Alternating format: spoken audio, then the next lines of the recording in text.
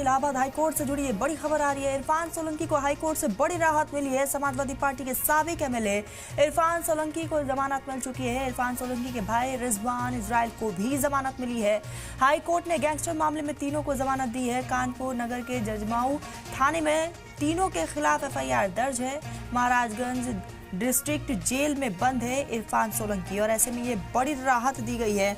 तो कानपुर की सीसामऊ सीट से समाजवादी पार्टी के साबिक विधायक इरफान सोलंकी को इलाहाबाद हाईकोर्ट से ये बड़ी राहत मिली है।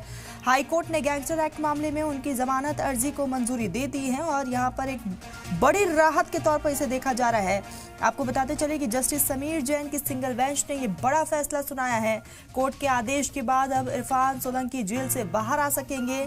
इसके साथ ही कोर्ट ने सोलंकी के भाई रिजवान सोलंकी और सहयोगी इजराइल आटेवाला की जमानत अर्जी भी मंजूर कर ली है। जानकारी के मुताबिक दोनों पक्षों ने बहस में अपनी तमाम दलीलों को कोर्ट के सामने रखा है और कोर्ट ने ही काफी गहराई से तमाम दलीलों को सुना है और कोर्ट की तरफ से यह बड़ा फैसला सामने आया है। दोनों पक्षों की बहस पूरी होने के बाद कोर्ट ने 2 सितंबर को फैसला सुरक्षित रख लिया था, जिसे अब सुनाया गया है। इरफान सोलंकी, रिजवान सोलंकी और इजराइल आटेवाला की तरफ से वकील इमरान उल्ला और विनीत विक्रम ने अपना अपना पक्ष यहाँ पर रखा है कोर्ट के सामने। इसी बीच हमारे साथ गुफरान जुड़ चुके हैं। गुफरान, इरफान सोलंकी को बड़ी राहत यहाँ पर कोर्ट की तरफ से मिली है, आगे का क्या कुछ प्रोसेस रहने वाला है? बिल्कुल, देखिए इरफान सोलंकी जो कि जेल में बंद हैं महाराजगंज की, उनको इलाहाबाद हाईकोर्ट ने जमानत दे दी है। ये गैंगस्टर का मामला था। अब जमानत के बाद उनके जेल से बाहर आने का जो रास्ता है वो भी साफ हो जाएगा। इरफान सोलंकी के अलावा इसमें रिजवान सोलंकी जो कि उनके भाई हैं, इसके साथ ही इजराइल आटेवाला, इन दोनों को भी हाईकोर्ट ने गैंगस्टर मामले में जमानत दी है।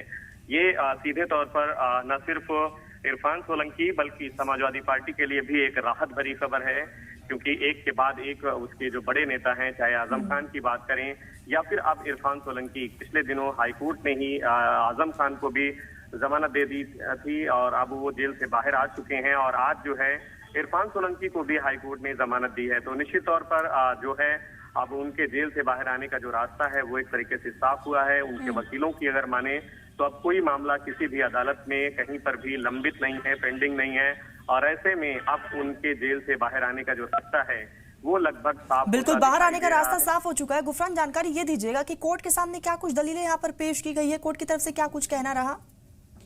देखिए, इस मामले में इसके पहले ही जो सभी पक्षों की बहस है वो हो चुकी थी। सभी पक्षों ने अपनी जो दलीलें हैं वो रखा था। इरफान सोलंकी की तरफ की बात करें तो इसमें ये कहा गया था कि जो गैंग चार्ट तैयार किया गया था वो एक तरीके से नियमों की अनदेखी करके गैंग चार्ट तैयार करके गैंगस्टर लगाया गया था और जो गैंगस्टर के तहत जो धाराएं लगी थी वो एक तरीके से उसको प्रोटेक्ट नहीं कर रही थी। ये इस तरीके की तमाम जो दलीलें हैं, तमाम जो तर्क हैं वो इरफान सोलंकी की तरफ से जो वकील हैं उन्होंने कोर्ट में रखे थे और आज उनको जब जमानत मिली है तो ये भी माना जा रहा है कि ये दलीलें उनकी मजबूत थी और एक तरीके से कोई साक्ष्य नहीं था उनके खिलाफ।